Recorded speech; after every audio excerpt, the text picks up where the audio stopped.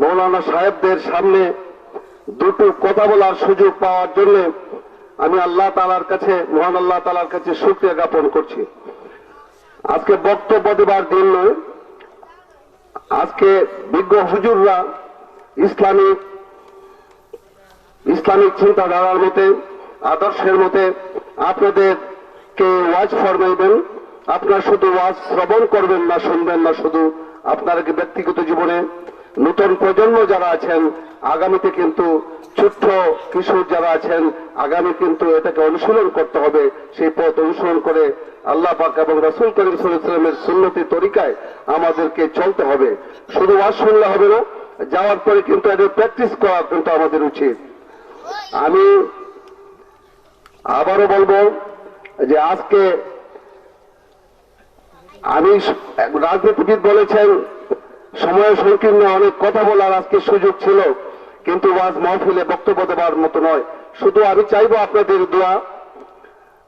পবিত্র কোরআন শরীফ আল্লাহ পাক বলেছেন দুনিয়া ও মাযরাতুল আখিরাহ, দুনিয়া হলো আখিরাতের শস্য ক্ষেত্র। দুনিয়াতে আল্লাহ পাক স্বল্প দিনের মেহমান হিসাবে আমাদেরকে পাঠিয়েছেন। আমরা কিন্তু স্বল্প দিনের মধ্যে আমাদের কিন্তু অনেক দায়িত্ব দিয়ে পাঠিয়েছেন।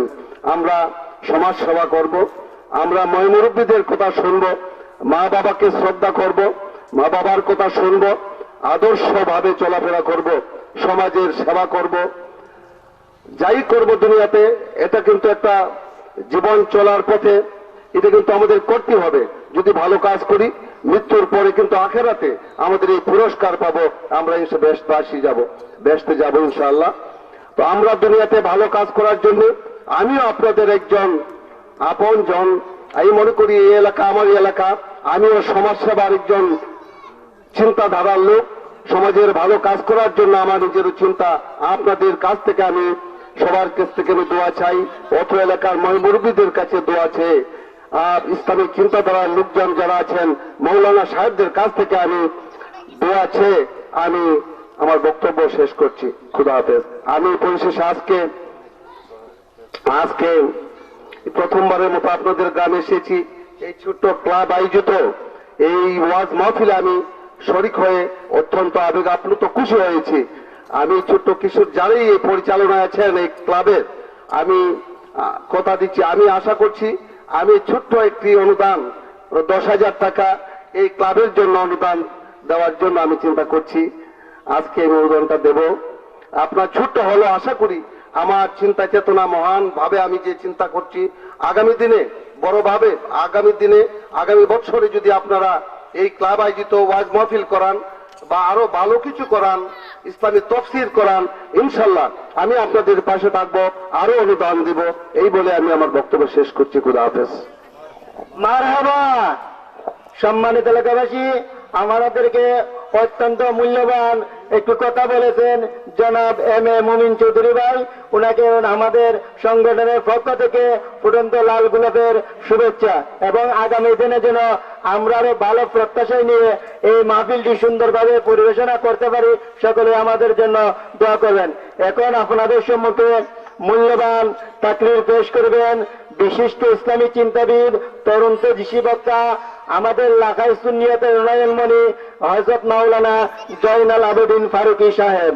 উনাকে ওনার মূল্যবান বক্তব্য রাখার জন্য আমাদের এন্টারটেইনমেন্ট কমিটির পক্ষ থেকে বিনীতভাবে অনুরোধ করা হইল।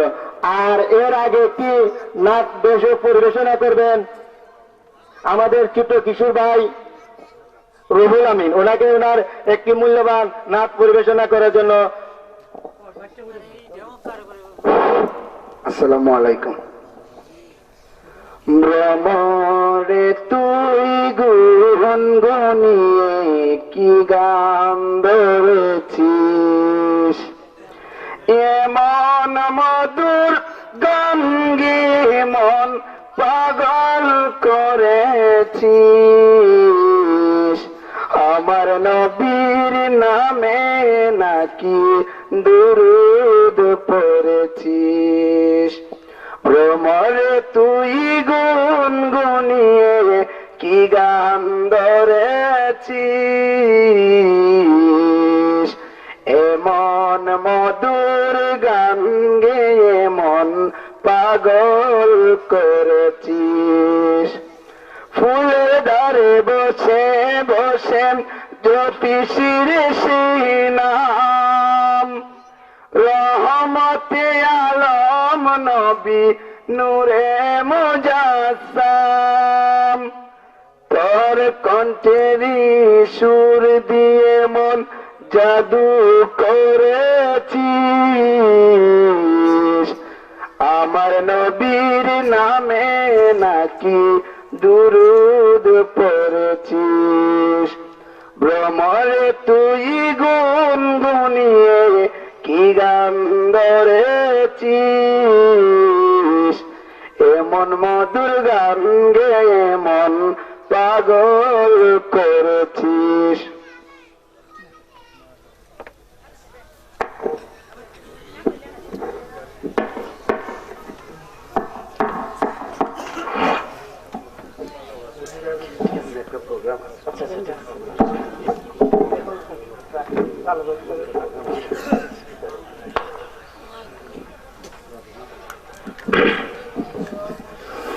আসসালামু আলাইকুম ওয়া রাহমাতুল্লাহি ওয়া বারাকাতুহু।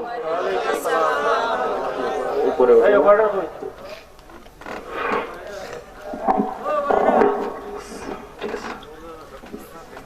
সবাই ভালো আছেন? প্যান্ডেলের ভিতরে যে মানুষ আছে আমার মনে হয় বাইরে এর ডবল মানুষ আছে। আমি জানি না আজকের কি বুল্লার বাজারের শাসটলের চা নাকি সব শেষ না করে আমার মনে হয় আসবে না।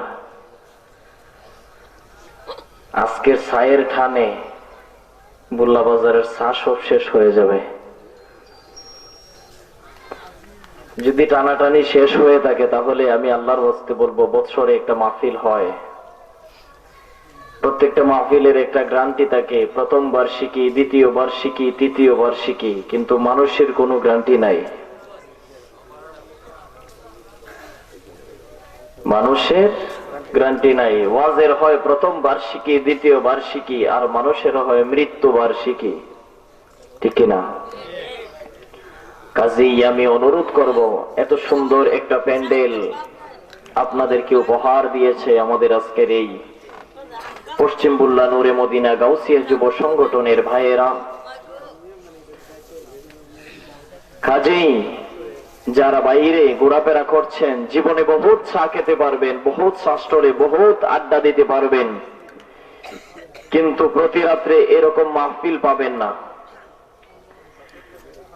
আমি মেহেরবানি করে অনুরোধ করব, যারা বাইরে আছেন, বাহিরে যারা আছেন, অতি সত্বর প্যান্ডেলের ভিতরে এসে বসে পড়ুন। আল্লাহ পাক আমাদের আজকের এই মাহফিলকে কবুল করুক। সকলে বলুন আমিন। ইন্নাল হামদুলিল্লাহ আলহামদুলিল্লাহি নাহমাদুহু ওয়া নাস্তাঈনুহু ওয়া নাস্তাগফিরুহু ওয়া নু'মিনু বিহি ওয়া নাতাওয়াক্কালু আলাইহি ونعوذ بالله من شرور أنفسنا ومن سيئات أعمالنا من يهده الله فلا مضل له ومن يضلله فلا هادي له ونشهد أن لا إله إلا الله الحي القيوم ونشهد أن سيدنا وحبيبنا ومولانا محمدا عبد الله ورسوله الذي أرسله بالحق بشيرا ونذيرا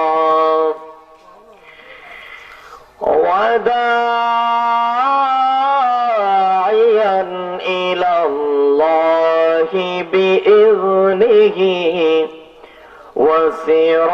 وسراجا منيرا أما بعد فقد قال الله تعالى في كلامه المجيد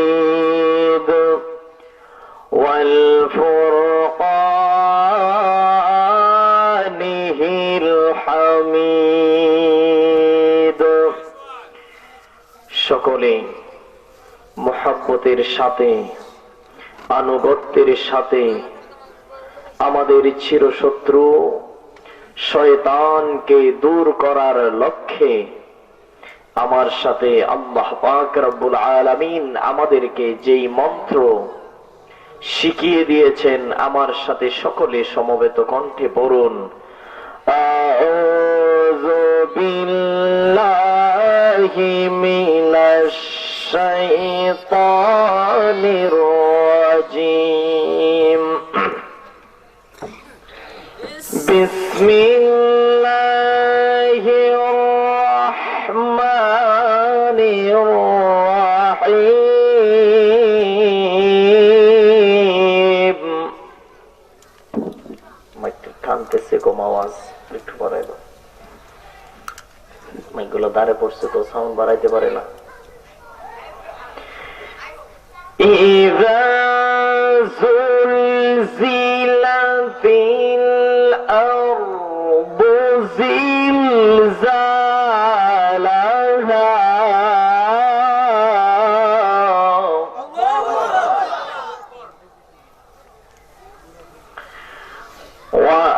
وأخرجت الأرض أثقالها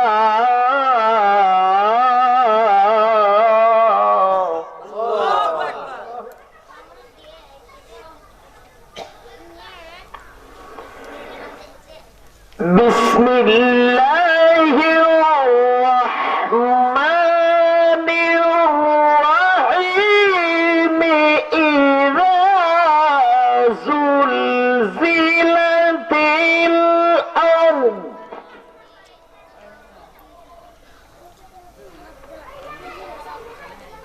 إذا زلزلت الأرض زلزالها وأخرجت الأرض أثقالها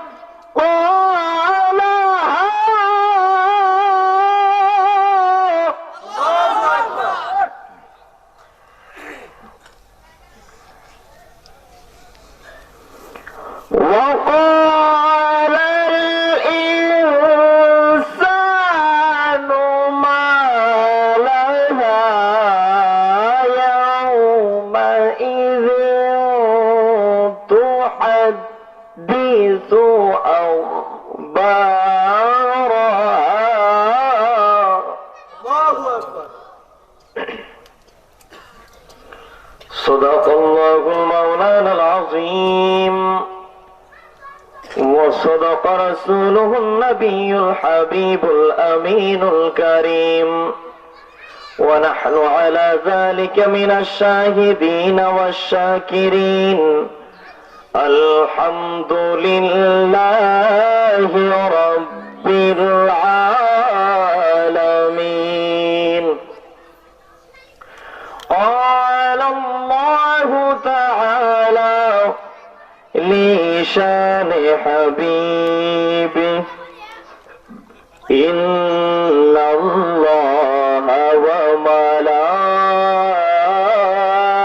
وملائكته يصلون على النبي يا أيها الذين آمنوا صلوا عليه وسلموا تسليما اللهم صل على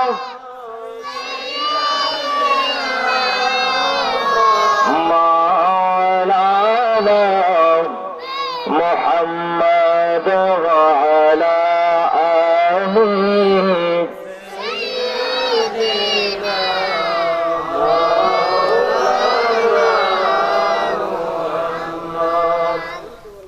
আপনাদের দুরুদের আওয়াজে মনে হয়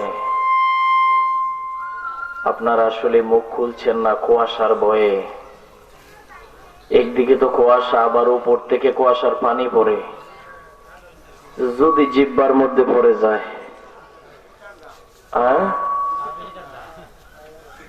এই ভয়ে মুখ খুলেন না, তাই না? আল্লাহর হাবিবের উপর দরুদ পড়লে লাভ হয় না লস হয়? লাভ হলে আমরা পড়ি না কেন? নির্বাচনের আওয়াজ তো বলা হয় না, বলে দিতে হয় না যে একটু জোরে সোরে বলেন, কিন্তু ছোট থেকেই শুনতেছি মাওলানা সাহেবগণ দরুদ পড়তে গেলেই বলে খালি জোরে সোরে পড়েন। কেন?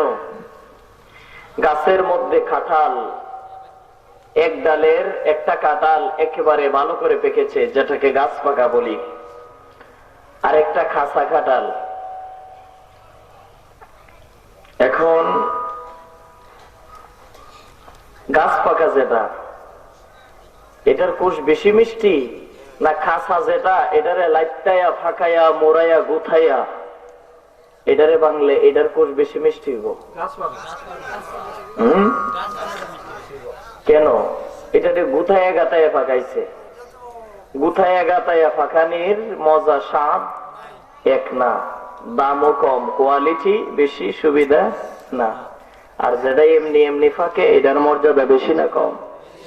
বাজারে দামও বেশি, খাইতে স্বাদও বেশি।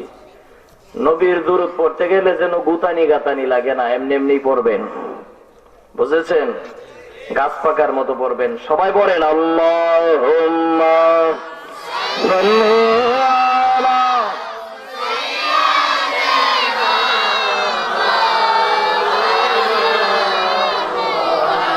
وعلى آل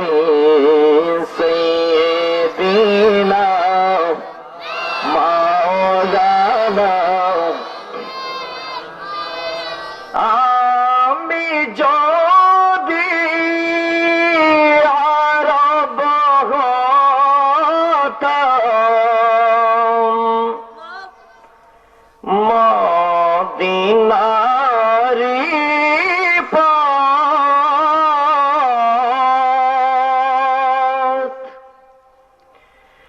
আমি যদি আরব হতাম মদিনারি পথ, সেই পথে দিয়ে চলে যেতেন নূর নবী হযরত, নূর নবী হযরত। আল্লাহুম্মা সাল্লি আলা মাওলানা মুহাম্মদ ওয়া আলা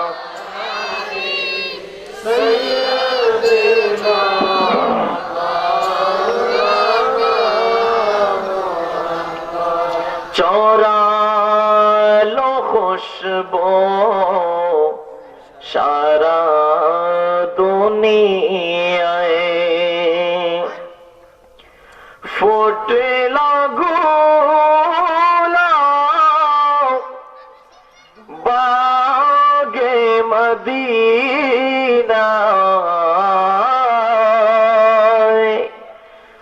চরালো খুশবু সারা দুনিয়ায়। শায়ের ফরমায়া, সারা দুনিয়ায় যে সোনার মদিনা থেকে খুশবু ফুটেছে, গোলাপ ফুটেছে, সেই গোলাপ সেটা দুনিয়ার কোনো কাঁঠাওয়ালা গোলাপ নয়, এটা হচ্ছে বিশ্বনবী নূর নবী মুস্তাফা। সুবহানাল্লাহ। শায়ের তার কবিতার সুরে কত সুন্দর বলছেন, চরালো খুশবু সারা দুনিয়া,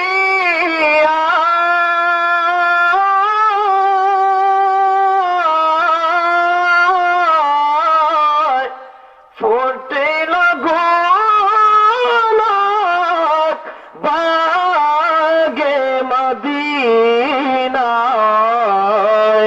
নূরে মুহাম্মদ খোদারি রহমত পয়দা জাহার নূরে সদকায়, চরালো খুশবু সারা দুনিয়ায়।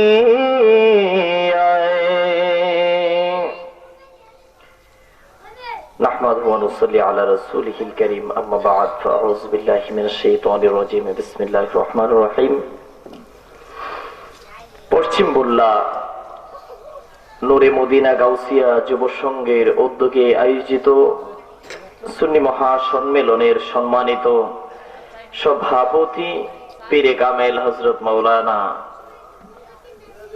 নজরুল ইসলাম ইদ্রিস সাহেব, আজকের এই মাহফিলের সহ সভাপতি, প্রধান মেহমান, প্রধান আকর্ষণ, বিশেষ অতিথি, প্রধান বক্তা এবং আজকের এই মাহফিলের দিগারুল উলামায়ে কেরাম,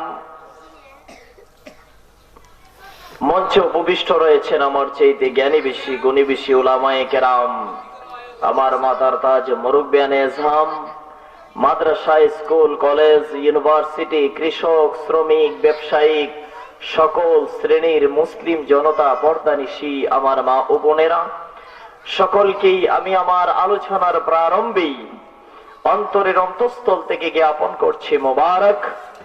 আসুন আল্লাহ পাক রব্বুল আলামিনের আলিশান দরবারে আমরা শুকরিয়া জানাই যে আল্লাহ পাক রব্বুল আলামিন আমাদেরকে আজকের এই নূরানি ঈমানি মুনাব্বার মুতাবাররক মাহফিলের মধ্যে আসার এবং বসার তৌফিক দান করেছে।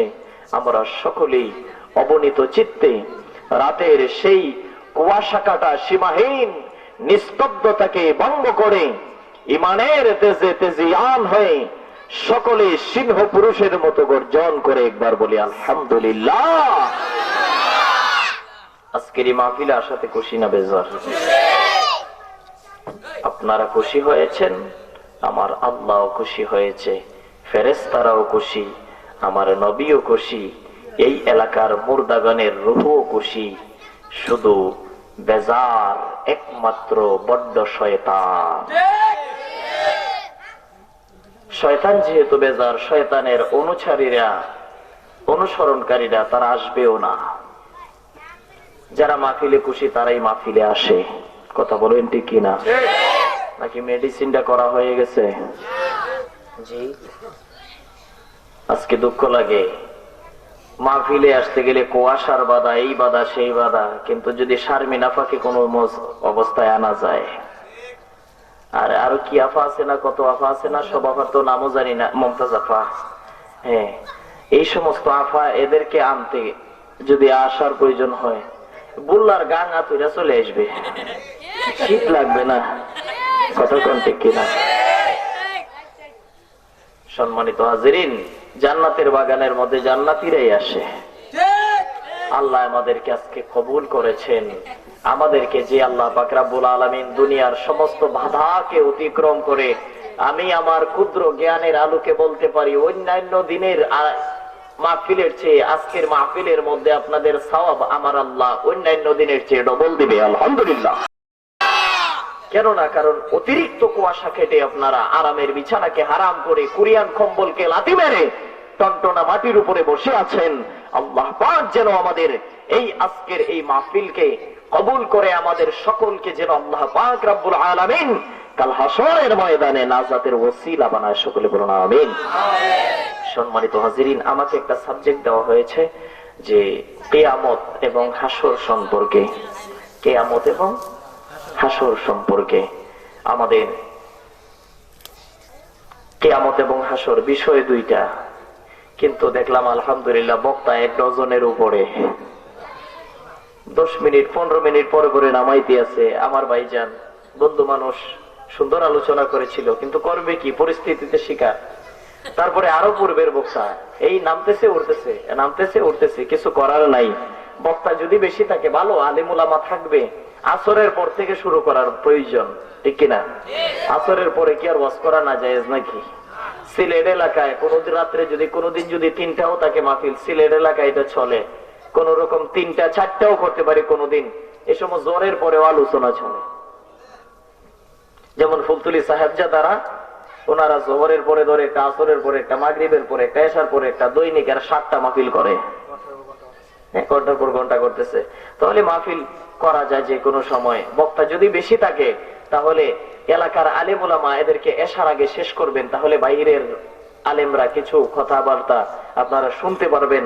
যাই হোক, আমি অত্যন্ত আনন্দিত আজকের এই আমার যুবক ভাইয়েরা প্রথম অবস্থায় যে এত সুন্দর একটা প্যান্ডেল করেছেন। আল্লাহ এদেরকে কবুল করুক, সকলে বলুন আমিন। সম্মানিত হাজিরিন, বলা হয়েছে কিয়ামত এবং হাশরের কথা। দুইটা বিষয়ের শাব্দিক আলোচনা করলেই 1 ঘন্টার উপরে চলে যাবে, আর মনে হয় সময় 1 ঘন্টার বেশি পাওয়াও যাবে না।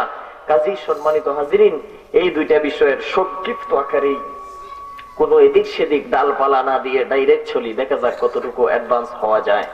কিয়ামত, কোরআন শরীফের মধ্যে কিয়ামত সম্পর্কে আমার আল্লাহ পাক রব্বুল আলামিন আলাদা একটা সূরা নাজিল করে দিয়েছেন, সূরাতুল কিয়ামাহ। সুবহানাল্লাহ। সূরার নাম কি? সূরাতুল কিয়ামাহ।